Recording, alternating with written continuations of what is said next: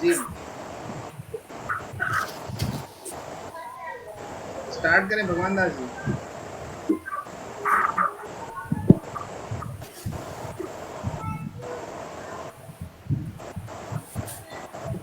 Start करें भगवान दास जी। जी जी जी।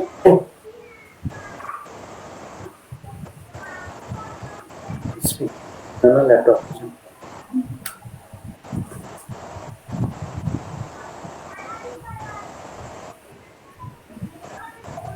नमस्कार सभी को।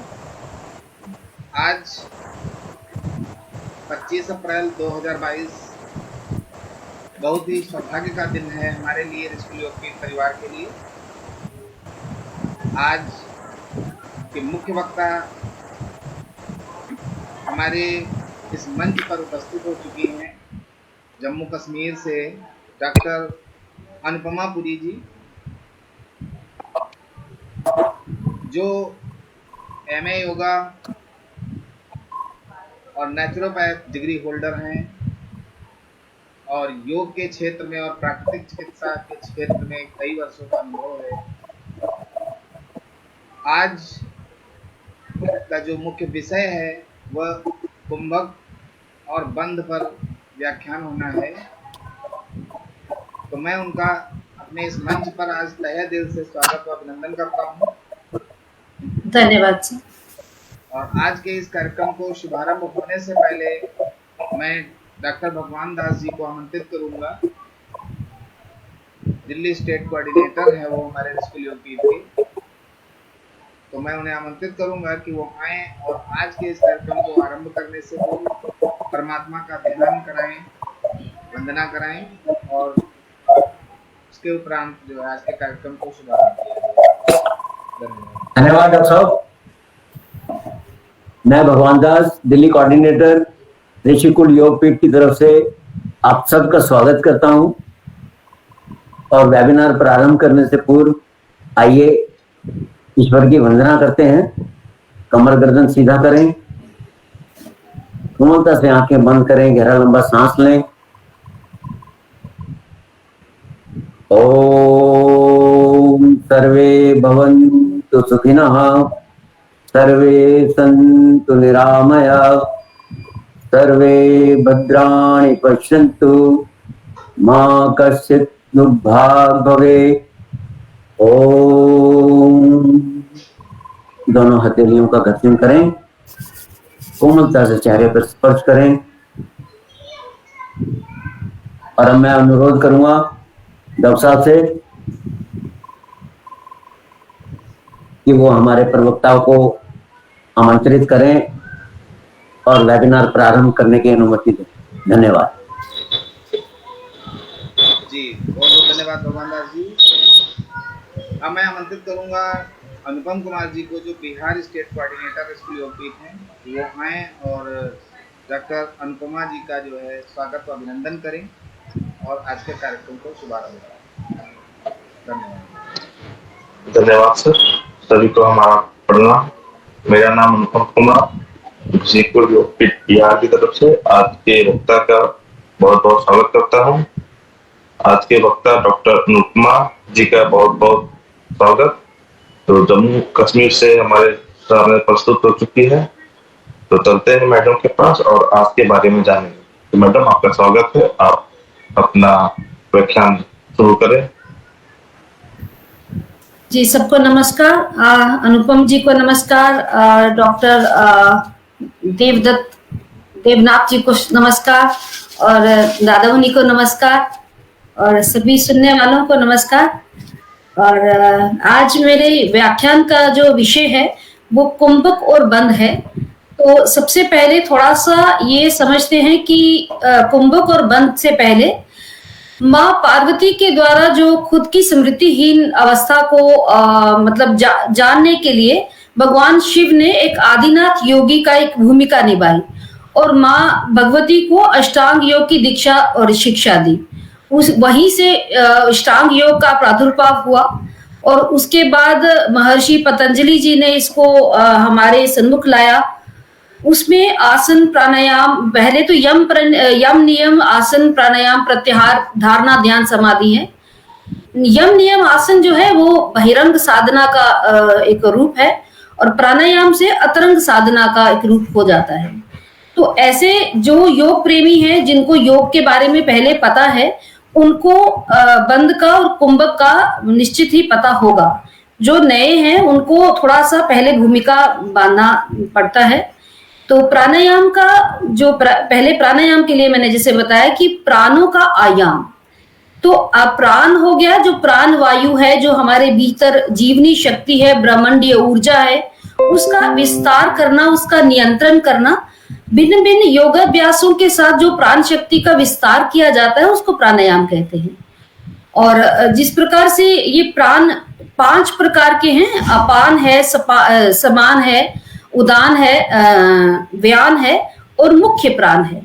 तो जो मुख्य प्राण की ओर उसको ज्यादा इनहैंस करना, सभी उसको सम्मिलित करना कुंभकों के द्वारा और बंदों के द्वारा किया जाता है।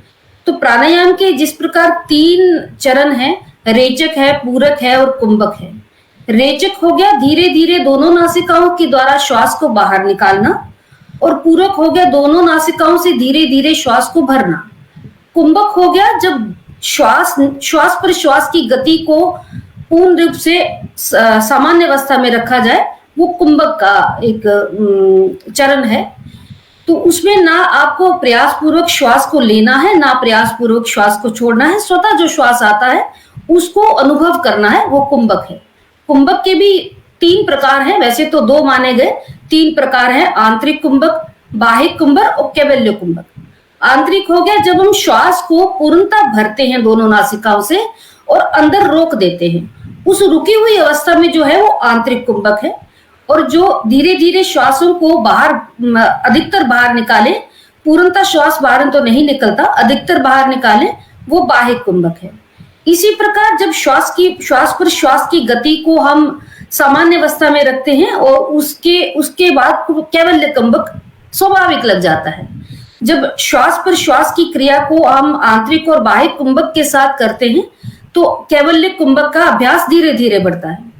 तो इसी प्रकार जैसे कैवल्य कुंभक को स्वामी स्वात्माराम जी ने हठ प्रदीपिका में कहा कि इसके भी 2 भेद हैं, सगर्भ है और निगर्भ है, मंत्रोच्चारण के द्वारा और बिना मंत्रोच्चारण के द्वारा। इसी तरह से अगर अब कुंभक के ऊपर चलते हैं, कुंभक ये है कि जिस प्रकार से हमने दोनों नासिकाओं से श्वास को बाहर निकाला, बाहर निकालकर जब उसको रोक देते हैं, किसी भी अवस्था में रोक देते हैं, अपनी क्षमता के अनुसार, कैपेसिटी के अनुसार अगर रोक देते हैं तो उसके बाद वो आंतरिक कुंभक का अभ्यास होता है। उस अभ्यास में हमारे जो अगर शारीरिक रूप से देखा जाए तो हमारे जितने भी अंदर ऑर्गन्स हैं, जितने भी हार्मोन्स हैं, वो पूरी तरह से उसमें बैलेंस होते हैं।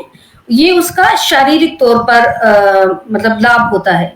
अगर आंतरिक तौर पर लाभ लिया जाए तो हम श्वास को जब भर के रोक देते हैं तो हम अपनी प्राण वायु को नियंत्रित करते हैं और अपान समान और उदान व्यान को मुख्य प्राण की ओर एक तरह से अग्रसर करते हैं, ऊर्ध्वगामी करते हैं। ये इसका आंतरिक कुंभक का हुआ।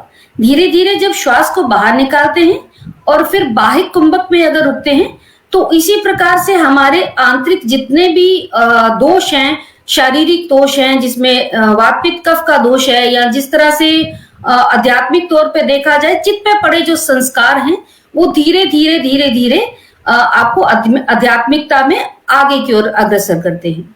तो ये इसका दोनों का लाभ हुआ। इसी प्रकार से अगर हम बंदों की बात करें, जैसे कुंभक जो सामान्यतः कुछ लोगों को नहीं रिकमेंड करते हैं, जो मतलब हम लोग जिनका बीपी हाई रहता है या जो हार्ट पेशेंट्स रहते हैं, उनको कुंभक नहीं लगाने के लिए बोला जाता है, क्योंकि उनको श्वास को ना भर के रोकना है ना निकाल के रोकना है। फिजिकली पॉइंट ऑफ व्यू से देखा जाए तो अगर श्वास को भर के रोकते हैं या बाहर निकाल कर रोकते हैं तो हमारा मेटाबॉलिज्म जो है वो बढ़िया बनता है, कार्य करने की क्षमता अच्छी बनती है और बहुत सारी सिद्धियां प्राप्त हम कर सकते हैं। वो अलग मतलब चर्चा का विषय है। बंधों पर चलते हैं। बंध 3 प्रकार के होते हैं, जिसमें मूलाधार चक्र से अगर साधा जाए, मूल बंध लगता है और अवयन बंध लगता है और जलंधर बंध लगता है। ये एक शारीरिक प्रक्रिया है बंध लगाना। बंध हो गया एक लॉक लगाना, एक होल्ड करना, श्वास को किसी एक जगह पर रोक देना। जिस जगह पर हम रोक देते हैं उस जगह पर उसके लाभ मिलते हैं, शारीरिक लाभ मिलते हैं, आध्यात्मिक लाभ मिलते हैं। जैसे मतलब जैसे अगर देखा जाए तो ये बंधों का मुख्य कारण जो है वो ईड़ा पिंगला नाड़ी को संयमित करके सुषुम्ना नाड़ी में प्रवाहित करना इसका मुख्य एक कारण रहा है। तो हमारी जिस प्रकार से 3 ग्रंथियां हैं, ब्रह्म ग्रंथि है, विष्णु ग्रंथि है और शिव ग्रंथि है। जो मूलाधार के स्थान पर है उसको ब्रह्म ग्रंथि कहा गया और जो मणिपुर चक्र पर है उसको विष्णु ग्रंथि कहा गया, विशुद्धि चक्र पर है उसको शिव ग्रंथि कहा गया। तो इसी प्रकार से जब हम अपने अभ्यास को बढ़ाते हैं तो बंधों को हम एक एक करके भी लगा सकते हैं। जैसे मूलाधार का अभ्यास करना हो तो मूलाधार चक्र को मतलब अश्विनी मुद्रा का अभ्यास करते जाते हैं उसको मूल बंध को लगाने के लिए। निष्कासन अंगों को ऊपर की ओर सिकोड़ना और उसको रोक के रखने को मूल बंध कहा गया। अश्विनी मुद्रा क्या कहा गया, जैसे घोड़ा जैसे अपना स्टूल पास करता है उसके बाद गुदा को निष्कासन और प्रसादन का जो कार्य करता है उसमें अश्विनी मुद्रा का, जिनको अभी अभ्यास नहीं है अच्छे से मूलबंध का, वो अश्विनी मुद्रा से उसका अभ्यास बढ़ा सकते हैं। बारंबार इस क्रिया को करें। इसके शारीरिक बहुत सारे लाभ हैं और आध्यात्मिक भी बहुत सारे लाभ हैं। जिस प्रकार मूलबंध को मूलाधार को अगर चक्र भेदने के हिसाब से किया जाए तो मूलाधार को स्ट्रॉन्ग करने के लिए मूल बंध का अभ्यास बहुत कारीगर माना गया। कुंडली शक्ति को अगर जागृत करना हो उसके लिए भी बहुत इसका माना गया। शारीरिक तौर पर देखा जाए तो कॉन्स्टिपेशन प्रॉब्लम्स है, रिप्रोडक्टिव प्रॉब्लम्स है, जो भी आपकी शारीरिक संबंधी प्रॉब्लम्स है वो मूल बंध के साथ इसको मतलब अच्छे से क्योर कर सकते हैं। इसका अभ्यास धीरे धीरे करने के लिए जिस प्रकार सिद्धासन में बैठते हैं, सिद्धासन में बैठकर आप शुरू में अश्विनी मुद्रा का अभ्यास करते जाएं, फिर धीरे धीरे एक एक बंद करके अगर करा जाए तो एक एक बंद के साथ निष्कासन अंगों को ऊपर की ओर सिकोड़ते क्षमता के अनुसार रुकने को मूल बंद कहा जाता है। इससे हमारे अपान प्राण जो है वो ऊर्ध्वगामी होता है। अपान प्राण जो है वो मूलाधार चक्र पे नीचे की ओर अग्रसर रहता है, जिससे हमारी बहुत सारी एनर्जी वेस्ट जाती है, आध्यात्मिकता में भी और शारीरिक तौर पे भी उसके लाभ मतलब कम मिलते हैं जिस प्रकार जनरली हम रहते हैं। तो योगाभ्यास करने वालों को हर प्राणायाम के लिए, हर आसन के लिए मूल बंध का अभ्यास करने को मतलब कहते हैं। तो इसी प्रकार मूल बंध करने से अपान प्राण जो है वो ऊपर की ओर अग्रसर ऊर्ध्वगामी होता है। इसी प्रकार उड़ान बंध का देखा जाए तो उड़ान बंध को नाभि स्थान पर जिस प्रकार से देखा गया, उड़ान बंध को समान प्राण को ज्यादा एनहांस करने के लिए करा जाता है। इसका भी अभ्यास अगर अग्निसार ज्यादा अच्छी प्रैक्टिस हो तो उसको उड़ान बंध का मतलब ज्यादा लाभ मिलेगा। जिस प्रकार प्राणायाम की स्थिति में जिनका बीपी हाई है उनको हम रेकमेंड अग्निसार भी नहीं करते हैं, क्योंकि ये हीट प्रोड्यूस करने वाला प्राणायाम है, सर्दियों में ज्यादा करवाया जाने वाला प्राणायाम है, या जिनके शरीर में वात रोग ज्यादा होता है, कफ रोग ज्यादा होता है, उनको अग्निसार प्राणायाम का अभ्यास करवाते हैं, जिससे हमारी जठर अग्नि तीव्र होती है और खाना पचाने में हमें सहायता मिलती है। तो इसी प्रकार अग्निसार का जब अच्छा अभ्यास हो जाए तो उड़ान बंध लगाकर रख सकते हैं अगर हम एक एक करके करते हैं। तो आप अपने कुछ एक महीने तक मूलाधार को मूल बंध को लगाने की प्रैक्टिस करें। शुरू में अश्विनी मुद्रा का अभ्यास करें, फिर मूल बंध का अभ्यास करें। मूल बंध से आपके अंदर जो एक इनर स्ट्रेंथ है, जो एक सेल्फ कॉन्फिडेंस है, वो भी बहुत आता है। जैसे अगर आपको कहीं मतलब लेक्चर के लिए जाना है या आपको कुछ प्रेजेंटेशन देनी है, तो आप मूल बंध का अभ्यास करेंगे, आपके अंदर एक मतलब एक ऊर्जा सी अंदर बनी रहती है। तो इसी प्रकार उड़ान बंध का अभ्यास करें। उड़ान बंध के अभ्यास से आपकी पाचन शक्ति बढ़िया बनती है। समान प्राण और अपान प्राण ऊपर ऊर्ध्वगामी होता है और मुख्य प्राण की ओर अग्रसर रहता है। इसी प्रकार अगर विशुद्धि चक्र को के ऊपर देखा जाए तो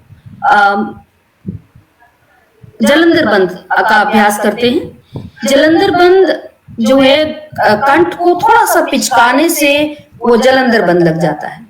जलंधर बंध के अभ्यास से आप इससे पहले उज्जयी प्राणायाम का अभ्यास करें, तो आपको जलंधर बंध जो है वो सहजता से लगाने में प्रक्रिया उसकी सहज रहेगी।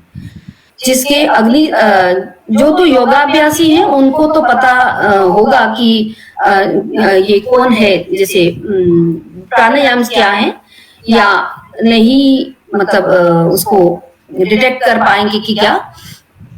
जिसे उज्जयी प्राणायाम का अभ्यास तीनों बंधों के साथ कर सकते हैं, जिसमें कंठ से हृदय, हृदय से कंठ मधुर खराटों के स्वर में साउंड प्रोड्यूस करते हैं। तो इससे भी आपका जलंधर बंध का अभ्यास सहजता से हो जाता है। जिस प्रकार हमने अपान और समान प्राण को ऊर्ध्वगामी किया, अगर हम उसको कंठ पर रोकेंगे नहीं तो वो मस्तिष्क की ओर जाएगा, तो हमें नुकसान ज्यादा उससे होने की चांसेस होते हैं। तो हम जब जलंधर बंध लगा लेते हैं तो वो ऊपर से जो उदान प्राण है, उदान प्राण नीचे की ओर, अपान और समान प्राण ऊपर की ओर, ये सभी प्राण मुख्य प्राण की ओर सम्मिलित होते हैं। उसमें हमें हमारी हेल्थ इश्यूज में प्रॉब्लम्स जो है वो ठीक होती हैं। आध्यात्मिक स्तर पर देखा जाए तो इसके बहुत सारे लाभ हैं बंधों के, और बहुत सारे लाभ हैं त्रिबंध को इकट्ठे करने के। त्रिबंधों को इकट्ठे करने के लिए इसको त्रिबंध भी कहा गया और महाबंध का भी एक नाम दिया गया, जिसमें तीनों बंध हम इकट्ठे करते हैं। बहुत सारे प्राणायाम हैं, उसके बाद हम त्रिबंध का अभ्यास करवाते हैं। त्रिबंध का अभ्यास बाह्य कुंभक में और आंतरिक कुंभक में दोनों में किया जाता है। जैसे हम भस्त्रिका प्राणायाम करवाते हैं, भस्त्रिका प्राणायाम के बाद धीरे धीरे जब श्वास सहज हो जाते हैं, उसके बाद हम बाह्य कुंभक का अभ्यास करवाते हैं और त्रिबंध लगवाते हैं। त्रिबंध हमेशा क्षमता के अनुसार पहले मूल बंध लगता है, फिर उड़ान बंध लगता है, फिर जलंधर बंध लगता है। तो जब हम इसको खोलना होगा बंधों को, तो पहले उड़ान बंध खुलता है, फिर उसके बाद जलंधर बंध खुलता है, फिर मूल बंध खुलता है। इसी मतलब इसको आगे अगर हम और प्रैक्टिस में लाएंगे, इससे हमें वाक सिद्धि मिलती है, गति सिद्धि मिलती है, और इसी मतलब कैवल्य कुंभक की स्थिति में और ज्यादा हम इसको कर पाते हैं। तो इसको और अगर हम चाहें तो इसको और इलैबोरेटली अगर पढ़ना मतलब सच करना चाहें, तो हम प्राण शक्ति को मतलब सीधे मस्तिष्क तक पहुंचने से पहले उसको हम मतलब जलंधर बंध का अभ्यास करेंगे। जलंधर बंध से हमारी वाणी में जो दृढ़ता आती है, जो हमें जिस प्रकार से जो कुछ भी हम कई साधु लोगों को हम देखते हैं कि उनका कहा हुआ कुछ भी सच हो जाता है, तो ये उनका मतलब जलंधर बंध से या इसी कुंभक से हम इसको प्रैक्टिस में लाते हैं। अभी मेरा तो हो गया, इतना ही काफी था जी। बहुत अच्छा व्याख्यान। और आज के इस महासत्र में अपना बहुमूल्य समय दिया आपने। बहुत बहुत धन्यवाद, आभार। धन्यवाद सर, और धन्यवाद। सबसे अच्छी बात कि आज का जो टॉपिक भक्त व बंध, ये प्राणायाम वो दो पार्ट हैं जो कहीं न कहीं लोगों को बिना शारीरिक योग किए हुए लाभ देते हैं। तो ये आज का प्रशिक्षण अच्छा था। सबसे अच्छी बात कि जम्मू कश्मीर जो हमारे देश का माना जाता है एक तरीके से, उस पवित्र स्थल से जो है आप आकर के हमारे इस मंच की शोभा बढ़ाई, समाज के लिए ऐसा व्याख्यान दी जो न जाने कितने लोगों तक हमारा ये वीडियो पहुंचेगा। और यूट्यूब चैनल के माध्यम से भी ये विश्लेषण सुना जाएगा, व्याख्यान सुना जाएगा। तो लोगों तक इसका निश्चित है कि प्रभाव पहुंचेगा। और अब आज के इस महासत्र को यहीं पर विराम दिया जाएगा।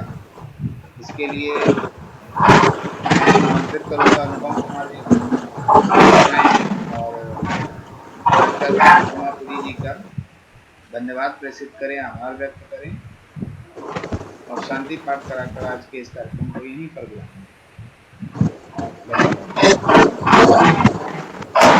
धन्यवाद सर। और आज के सत्र के लिए डॉक्टर मैडम को भी बहुत बहुत धन्यवाद। मैडम आज दिल्ली बंद के ऊपर तो जो जानकारी दी वो बहुत ही सराहनीय थी। बहुत लोगों जो हमारे साथ फेसबुक पेज पर नए जुड़े हुए होंगे, उनको फायदा मिलेगा और लाभ भी मिलेगा। इसके लिए मैडम को बहुत बहुत धन्यवाद। और अब चलते हैं शांति पाठ की तरफ। हमारे गति को माता से आंखें बंद।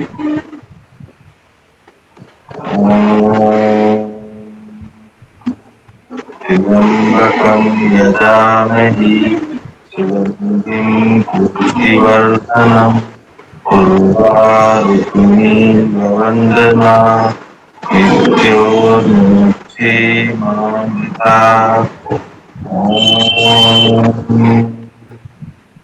शांति शांति शांति। अकेली को आकाश में दर्शन करना। दर्शन करने के बाद शरीर के ऊपर रख लेना, आंखें को खोल लेनी। ठीक है डॉक्टर मैडम, पुनः बहुत बहुत धन्यवाद। मुझे उम्मीद है मैं आपके जो भी आपने सोचा होगा उसमें खरी उतरी होंगी। जरूर जरूर madam. Thank you, thank you. और फिर मिलते हैं आपके साथ कल इसी टाइम में। जी सर, थैंक यू। योग के पेज पर। तब तक के लिए धन्यवाद। Thank you sir. शुभ रात्रि।